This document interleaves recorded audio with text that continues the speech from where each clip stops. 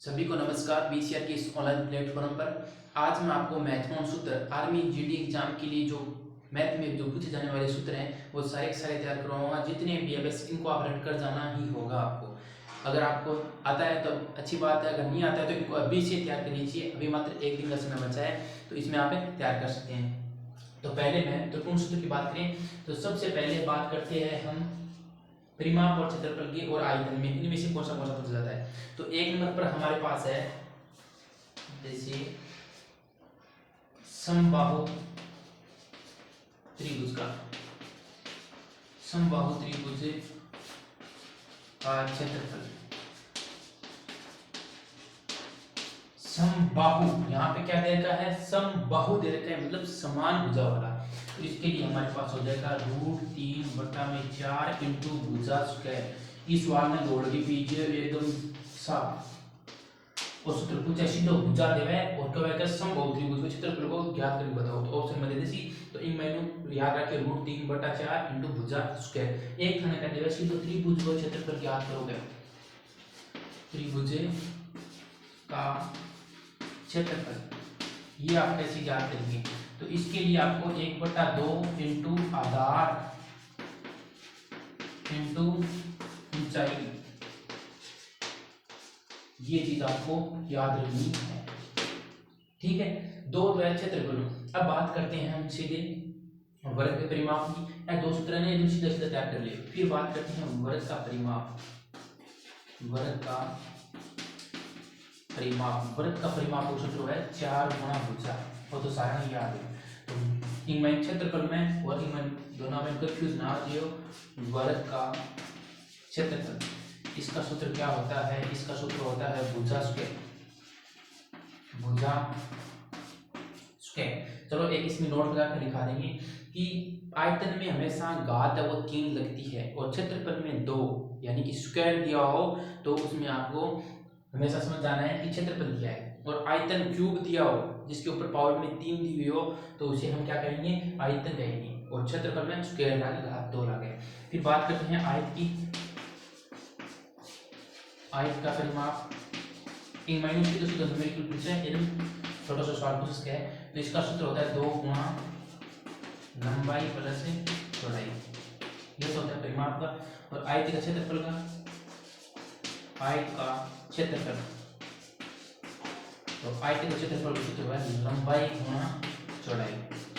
है तो सारे बना अलग चलो याद कर लिया होगा। चलो इतना नोट करना चाहे नोट कर सकते हैं। फिर इसके बाद आगे चलते हैं।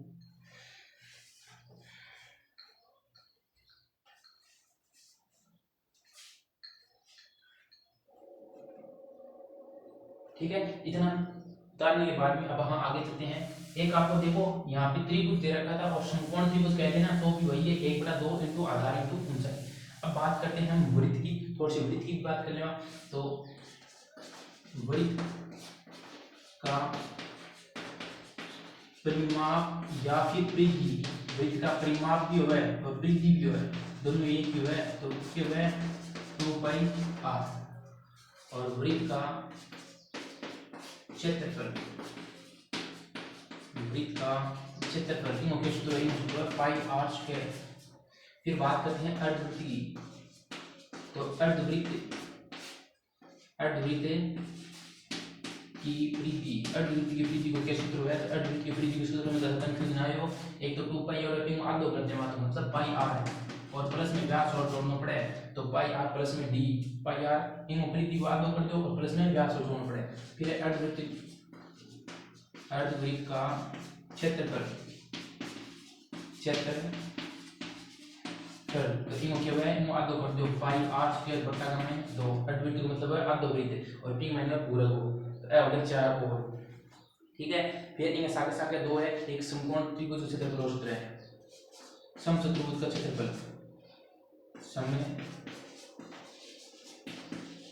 चतुर्भुज का क्षेत्रफल घनघनाभ शंकु बेलन भेद पालन करते हैं। तो पहले ये समीकरण लगाते हैं 1/2 इंटू विकिरणों का गुणनफल। वो भी याद रखिए सीधे सूत्र से विकिरणों का गुणनफल सीधे सूत्र पूछ ले। निम्न में से समचतुर्भुज का क्षेत्रफल है समचतुर्भुज का क्षेत्रफल वो सूत्र है जो निचला में चार ऑप्शन को डेढ़ मिला है तो सीधे तय कर देगा। फिर है चलो इतना नोट कर लो, फिर बाद में सीधा आप सीधा आगे चलना घन घना बेलन शंकु 4 नंबर और फिर अर्धगोला द्विभुज मैंने। तो इसमें हमारे पास देखो एक तो घन घन आगमन कुछ है, तो घन घन आगमन कंफ्यूज करना है। घन घन क्या है, घन का क्या होता है, क्षेत्रफल होता है। तो घन को दो है, एक तो है संपूर्ण पृष्ठीय क्षेत्रफल। संपूर्ण मतलब है घन एक था ना जहाँ मैं डब्बा लेते हूँ तो इसमें से पूछा जाता है घन में, घन इस आकृति का होता है और इसमें घन में कितनी भुजाएं की, घन में अंदर 6 भुजा होती है। देखो एक पीछे 2 एक 3 4 यानी साइड आ होगी, फिर आगे पीछे 4 है होगी और एक निचली 5 और एक 6। तो घन के अंदर जो संपूर्ण तो पूरा जितना ले लो तो तुम्हें कितनी भुजा होगी, 6 आएगी। तो 6 इंटू भुजा क्या है, ठीक है। संपूर्ण को याद रख लियो तो इन जो वक्र पृष्ठीय वो कितने आ रहे देखो, घन का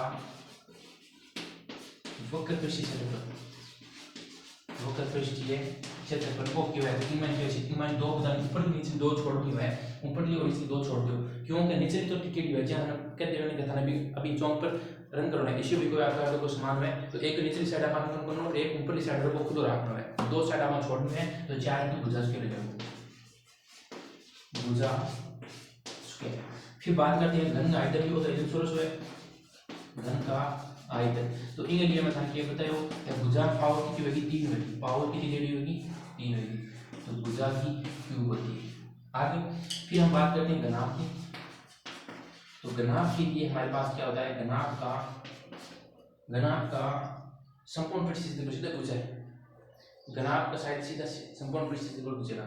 तो घनाभ का संपूर्ण पृष्ठीय क्षेत्रफल हो जाता है पूछा है, संपूर्ण पृष्ठीय क्षेत्रफल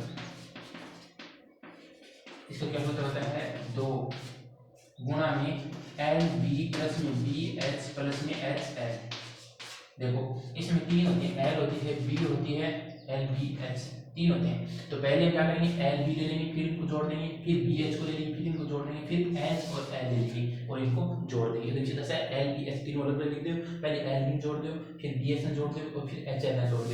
आगे पीछे जो है ना तो पड़े मतलब एल बी है तो बी पहले जो एल बाद में आ जाए तो आगे पीछे गुणा में करने में पालन करें। फिर घनाभ का आयतन को और पूछो तो न्यूमेरिकल पूछ रहे हैं, घनाभ का आयतन ज्ञात करो। तो घनाभ का आयतन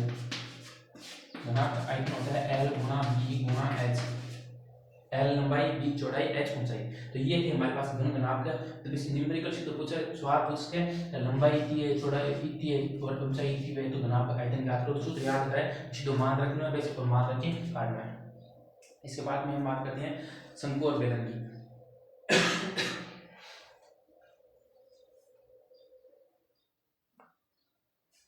चलो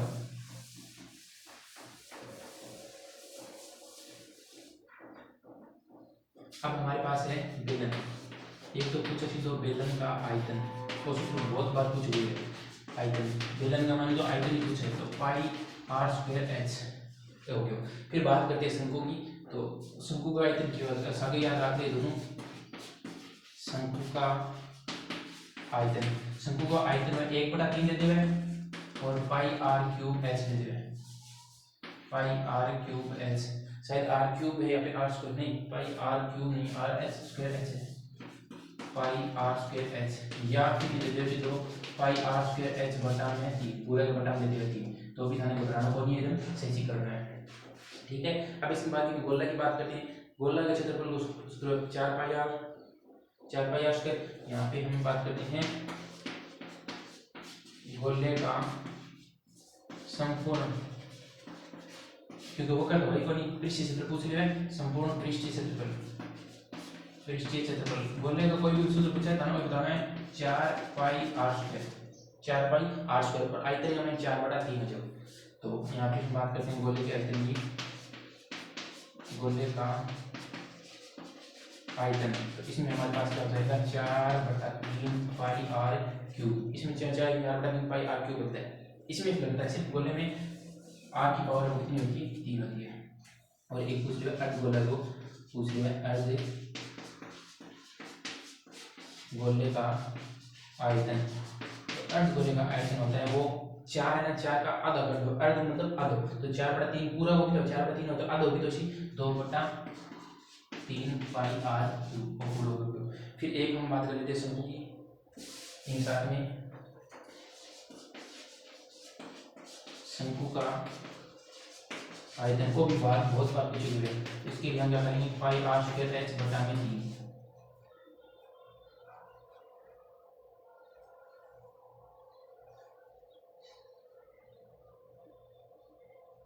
सॉरी, इसका ऊपर तो हमने लिख दिया, चलो ये इतने हो गए हमारे पास। अब नॉर्मल रूप से देखो सूत्रांक तो इतना ही है, सूत्रांक तो यूं बार की कौन पूछा चाहिए, प्रीत को प्रीति मान ले कुछ दे तो ऐसी चीज है ना, ऑनलाइन ध्यान रख स्पेशल कुछ ए 4 5 एक बार दे 2 3 बार। और सबसे बेस्ट मेरा तरीका यही मानना है कि अगर आपको सबसे ज़्यादा अच्छी तैयारी करनी है तो एक पेज लीजिए और उस पेज पे लिख लीजिए और सुबह शाम दोपहर 3 टाइम पढ़िए। जैसे हम किसी भी बीमारी का इलाज करवाते हैं तो उसके लिए हमें क्या करना होता है, सुबह शाम और दोपहर 3 टाइम अगर दवाई लेते हैं तो उसका हमें रिजल्ट मिलने लग जाता है। तो उसी प्रकार इन सूत्रों का रिजल्ट यही है। सबसे बेसिक एक कागज लीजिए और एक पेज लेकर उसमें लिख दीजिए सारे सूत्र और सुबह शाम दोपहर 3 टाइम पढ़िए, 2 बार 2 दिन पढ़ेंगे लगातार, इतने में आपको याद हो जाएगा कंठस्थ।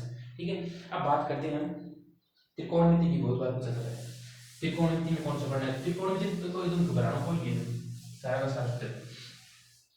तो त्रिकोणमिति से पहले मैं आपको बताता हूँ, एक तो होता है भाज्य बराबर में भाजक इंटू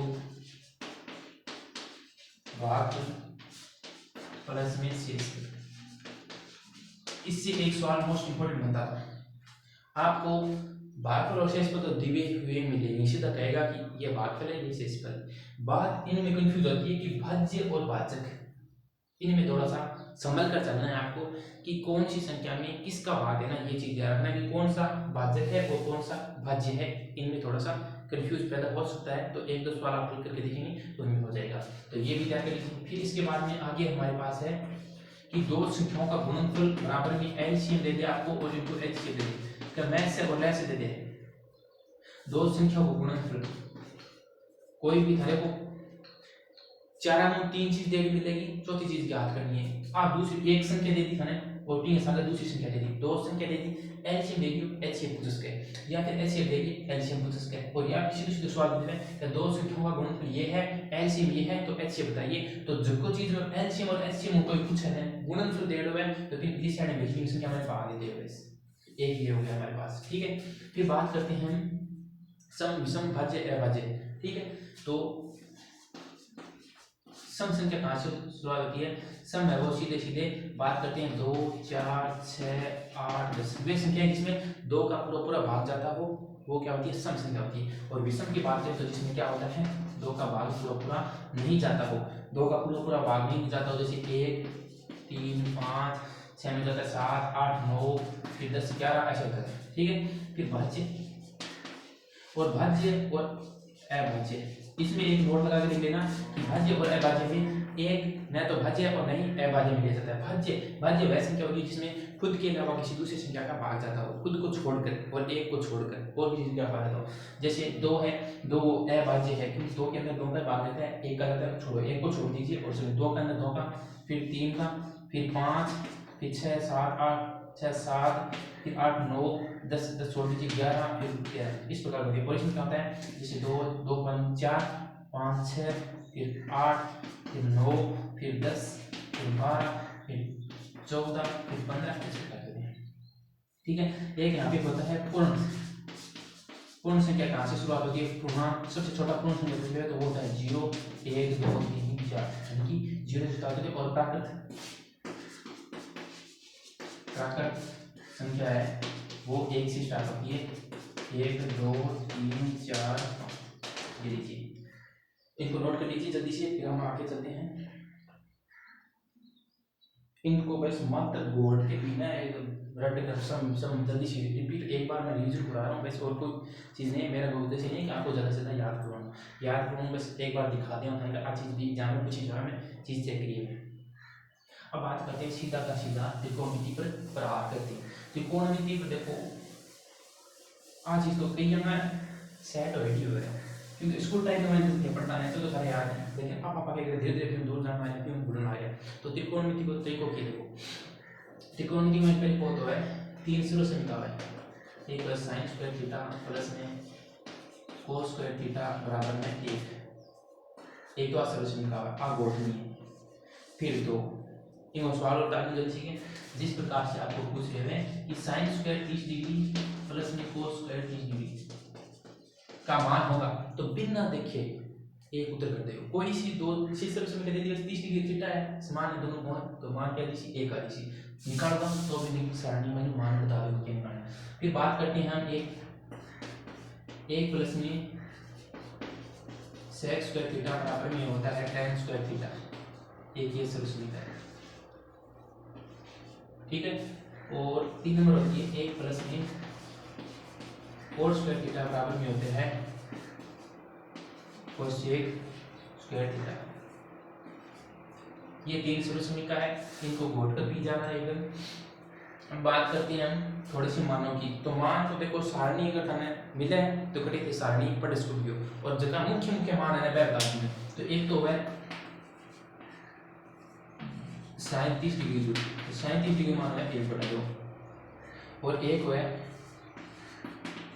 sin 60 डिग्री मान है √3/2। इसमें से चलो मैं साथ साथ में बराबर में लिखा देता हूँ साथ साथ में। और cos 60 डिग्री मान है 1/2 और sin 45 डिग्री बराबर में cos 45 डिग्री। sin पूछ लियो cos 45 डिग्री का मान है 1/√2, दोनों का मान एक ही है। फिर बात करते हैं sin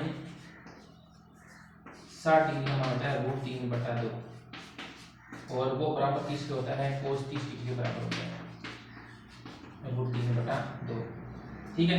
एक तो ये है और इसी के साथ में हमारे पास बात करते हैं tan और cot की। तो tan 30 डिग्री का मान होता है 1/√3 और वो बराबर होता है cot 60 डिग्री के, ठीक है। बराबर है क्योंकि cot 60 को और tan 30 डिग्री मान तो 1/√3। फिर tan 45 डिग्री का मान है 1 और बराबर है cot 45 पूछ लिया tan 45 पूछ लिया क्यों मान तो वो एक ही होगा। फिर बात करते हैं tan 60 डिग्री की। tan 60 डिग्री बराबर में होता है √3 और बराबर होता है cos 30 डिग्री। ये मान रहे हैं, इन मानों को एकदम घोल के पी लो, बस की करनी है एक बार में रट्टा लगा दो और रट के उड़ जाएगा। अब और इसमें क्या रह गया, चलो इसके बाद में मैं आपको एक छोटा सा वीडियो और दूंगा जिसमें से इसी के बाद में आपको मिल जाएगा साथ में कि कुछ महत्वपूर्ण क्वेश्चन है जिनके बारे में सबसे ज्यादा सवाल आने की बनाना है और एकदम सरल तरीकों बताऊंगा जिसका सवाल है वह नया करता भी पढ़ जी राम, ठीक है। तो इसके बाद में मिलते हैं अगले वीडियो में।